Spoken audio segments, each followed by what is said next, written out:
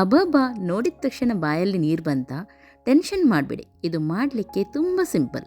Hello ನನ್ನ ಕುಟುಂಬದವರೇ, ಹೇಗಿದ್ರೆಲ್ಲರೂ? ಇವತ್ತು ನಾನು ನಿಮ್ಮ ಜೊತೆ ಸಿಂಪಲ್ ಆದ ಒಂದು ಸ್ನ್ಯಾಕ್ಸ್ ರೆಸಿಪಿ ಶೇರ್ ಮಾಡ್ತಾ ಇದ್ದೀನಿ. ಸಂಜೆ ಟೈಮಲ್ಲಿ ರಪ್ಪಕ್ಕ ಹಸಿವಾಗುತ್ತಂತ ಹೇಳುವಾಗ ಈ ರೆಸಿಪಿಯನ್ನು ನೀವು ಟ್ರೈ ಮಾಡ್ಬೋದು. ನಿಮಗೂ ತುಂಬ ಈಸಿ ಆಗುತ್ತೆ ಕೆಲಸ, ಹಾಗೂ ಮನೆಯಲ್ಲಿ ಎಲ್ಲರಿಗೂ ಕೂಡ ಖುಷಿ ಆಗುತ್ತೆ. ಓಕೆ, ಬನ್ನಿ ಮಾಡೋಣ. ಸ್ವಲ್ಪ ಫ್ರೆಶ್ ಪಾಲಕ್ ತೊಗೊಂಡಿದ್ದೀನಿ. ಇದನ್ನು ಆದಷ್ಟು ಸಣ್ಣದಾಗಿ ಚಾಪ್ ಮಾಡಬೇಕು ನೀವು. ಆಮೇಲೆ ನಾನಿಲ್ಲಿ ಗೋಧಿ ಹಿಟ್ಟು ತೊಗೊಂಡಿದ್ದೀನಿ. ಮನೆಯಲ್ಲಿ ಎಷ್ಟು ಜನ ಇದ್ದಾರೆ ನೋಡಿ ಆ ಪ್ರಕಾರದಲ್ಲಿ ಮಾಡಿ. ನಾನೊಂದು 5 ಕಪ್ಪಷ್ಟು ಹಾಕಿದ್ದೀನಿ. ರುಚಿಗೆ ತಕ್ಕಷ್ಟು ಉಪ್ಪು, ಸ್ವಲ್ಪ ಸಕ್ಕರೆ, 2 ಟೇಬಲ್ ಸ್ಪೂನಷ್ಟು ಎಣ್ಣೆ, ಇಷ್ಟನ್ನು ಹಾಕಿ ಆಮೇಲೆ ನಾವು ಸಣ್ಣದಾಗಿ ಕಟ್ ಮಾಡಿದ್ದೀವಿ ನೋಡಿ ಪಾಲಕ್, ಅದನ್ನು ಕೂಡ ಇದಕ್ಕೆ ಹಾಕಿ ಬೇಕಾಗುವಷ್ಟು ನೀರನ್ನು ಹಾಕಿ ಚಪಾತಿಗೆ ಯಾವ ರೀತಿ ಹಿಟ್ಟನ್ನು ಕಲಿಸ್ತೀವಿ ನೋಡಿ ಅದೇ ರೀತಿ ಕಲಿಸಿದ್ರೆ ಆಯಿತು. ನಾನಿಲ್ಲಿ ನನ್ನ ಡೋ ಮೇಕರಲ್ಲಿ ಹಾಕಿದ್ದೀನಿ ಇದನ್ನು. ಒಂದು ಸೈಡ್ ಡೋ ರೆಡಿ ಆಗ್ತಾ ಇರಲಿ, ಇನ್ನೊಂದು ಸೈಡ್ ನಾನು ಬೇಯಿಸಿದ ಆಲೂಗೆಡ್ಡೆ ತೊಗೊಂಡು ಅದಕ್ಕೆ ಸಣ್ಣದಾಗಿ ಹೆಚ್ಚಿದ ನೀರುಳ್ಳಿ, ಶುಂಠಿ, ಹಸಿಮೆಣಸಿನ್ಕಾಯಿ, ಕೊತ್ತಂಬರಿ, ಚಾಟ್ ಮಸಾಲೆ ಎಲ್ಲ ಹಾಕಿ ಸ್ವಲ್ಪ ನಾನಿದಕ್ಕೆ ಚೆಡ್ಡರ್ ಚೀಸ್ ಇರುತ್ತೆ ನೋಡಿ ಅದನ್ನು ಹಾಕಿ ಚೆನ್ನಾಗಿ ಮಿಕ್ಸ್ ಮಾಡ್ತಾ ಇದ್ದೀನಿ. ನಿಮ್ಮ ಮನೇಲಿ ಯಾವುದು ಚೀಸ್ ಉಂಟು ಅದನ್ನು ನೀವು ಇದಕ್ಕೆ ಹಾಕ್ಬೋದು. ಸರಿಯಾಗಿ ಇದನ್ನು ಮಿಕ್ಸ್ ಮಾಡಿ ಇದಕ್ಕೆ ಎಕ್ಸ್ಟ್ರಾ ಮಸಾಲೆ, ನಿಮಗೆ ಗರಂ ಮಸಾಲ ಅದೆಲ್ಲ ಬೇಕಿದ್ದರೂ ನಿಮಗೆ ಇಷ್ಟದ ಪ್ರಕಾರ ನೀವು ಸೇರಿಸ್ಬೋದು. ಇವಾಗ ಇಲ್ಲಿ ಹಿಟ್ಟು ರೆಡಿಯಾಗಿದೆ. ಚೆನ್ನಾಗಿ ಇದನ್ನು ಮಿಕ್ಸ್ ಮಾಡಿ ಸಣ್ಣದಾಗಿ ಉಂಡೆಯನ್ನು ಕಟ್ ಮಾಡಿ.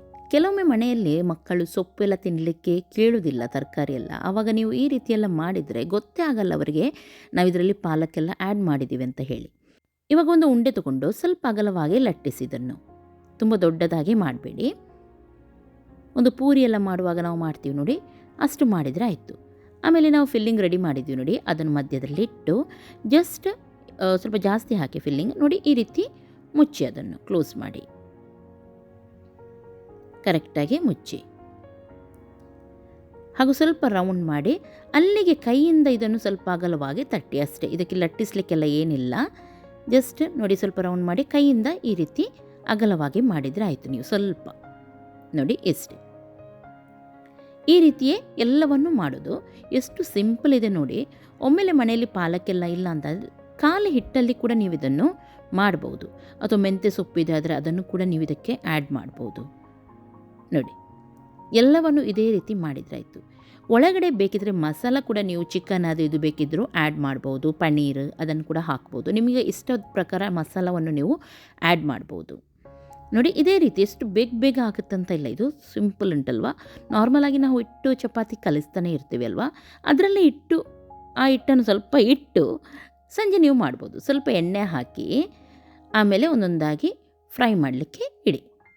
ಒಂದು ಸೈಡ್ ಸ್ವಲ್ಪ ಗೋಲ್ಡನ್ ಬ್ರೌನ್ ಆಗುವಾಗ ಟರ್ನ್ ಮಾಡಿ ಇನ್ನೊಂದು ಸೈಡ್ ಫ್ರೈ ಮಾಡಿ. ಇದೇ ರೀತಿ ಎಲ್ಲವನ್ನು ಫ್ರೈ ಮಾಡಿ ತೆಗಿಲಿಕ್ಕೆ ನೋಡಿ. ಹೀಗೆ ಜಾಸ್ತಿ ತಟ್ಟಿ ಲಟ್ಟಿಸ್ಲಿಕ್ಕೆಲ್ಲ ಹೋಗಬೇಡಿ, ಯಾಕೆಂದರೆ ನಾವು ಚೀಸ್ ಹಾಕಿರ್ತೀವಲ್ವ, ಓಪನ್ ಆದರೆ ಮತ್ತೆ ಎಣ್ಣೆಯಲ್ಲೆಲ್ಲ ಚೀಸ್ ಬಿಡುತ್ತೆ. ಹಾಗಾಗಿ ಮೆಲ್ಲನೆ ಕೈಯಿಂದ ನೀವು ಇದು ಮಾಡಿದರೆ ಆಯ್ತು. ಇದನ್ನು ನೋಡಿ ಬೇಗನೆ ಫ್ರೈ ಆಗುತ್ತೆ ಇದು, ಜಾಸ್ತಿ ಹೊತ್ತು ಕೂಡ ಹಿಡಿಯಲ್ಲ.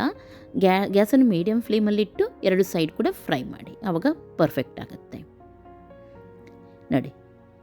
ರೆಡಿ ಆಯ್ತಲ್ವಾ? ಎಷ್ಟು ಸಿಂಪಲ್ ಇದೆ ನೋಡಿ ರೆಸಿಪಿ. ಇದೇ ರೀತಿ ನೀವು ಎಲ್ಲವನ್ನು ಕೂಡ ಮಾಡಿ ತೆಗೀರಿ.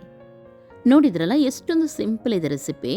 ಇದನ್ನು ನೀವು ಮನೆಯಲ್ಲಿ ಟ್ರೈ ಮಾಡಿ ಹೇಳಿ ಯಾವ ರೀತಿ ಆಗಿತ್ತಂತ ಹೇಳಿ, ಹಾಗೂ ನನ್ನ ರೆಸಿಪಿಯನ್ನು ಫಾಲೋ ಮಾಡ್ತಾ ಇರಿ. ಸಿಂಪಲ್ ರೆಸಿಪಿ ನಾನು ಹಾಕ್ತಾನೆ ಇರ್ತೀನಿ. ಇವಾಗ ಇದನ್ನು ಕಟ್ ಮಾಡಿ ಕೂಡ ತೋರಿಸ್ತೀನಿ. ಹಾಗೂ ಬಿಸಿ ಇರುವಾಗ ಸ್ವಲ್ಪ ಮೇಲ್ಗಡೆಯಿಂದ ಬಟರ್ ಎಲ್ಲ ಹಾಕಿ ಮಕ್ಕಳಿಗೆ ಸರ್ವ್ ಮಾಡಿ, ಇನ್ನೂ ಕೂಡ ಟೇಸ್ಟ್ ಬರುತ್ತೆ ಇದು ತಿನ್ನಲಿಕ್ಕೆ. ಈ ರೀತಿ ಬಟರ್ ಅಥವಾ ತುಪ್ಪ ಕೂಡ ನೀವು ಹಾಕ್ಬೋದು, ಚೆನ್ನಾಗಾಗುತ್ತೆ ತಿನ್ನಲಿಕ್ಕೆ. ಸ್ವಲ್ಪ ತಣ್ಣಗಾದರೆ ಓವನ್ ಇದೆ ಆದರೆ ಓವನಲ್ಲಿ ಕೂಡ ಇದನ್ನು ನೀವು ಬಿಸಿ ಮಾಡ್ಬೋದು, ಚೆನ್ನಾಗಾಗುತ್ತೆ. ಓಕೆ ನೋಡಿ ಎಷ್ಟೊಂದು ಸಿಂಪಲ್ ಇದೆ. ಖಂಡಿತ ನೀವು ಟ್ರೈ ಮಾಡಿ. ಕಟ್ ಮಾಡಿ ಕೂಡ ತೋರಿಸ್ತಾ ಇದ್ದೀನಿ. ಚೀಸ್ ಎಲ್ಲ ತುಂಬ ಚೆನ್ನಾಗಾಗುತ್ತೆ ತಿನ್ನಲಿಕ್ಕಿದು. ಮನೆಯಲ್ಲಿ ಎಲ್ಲರಿಗೂ ಇಷ್ಟ ಆಗುತ್ತೆ. ಎಲ್ಲರಿಗೂ ಟೇಕ್ ಕೇರ್. ಬಾಯ್ ಬಾಯ್.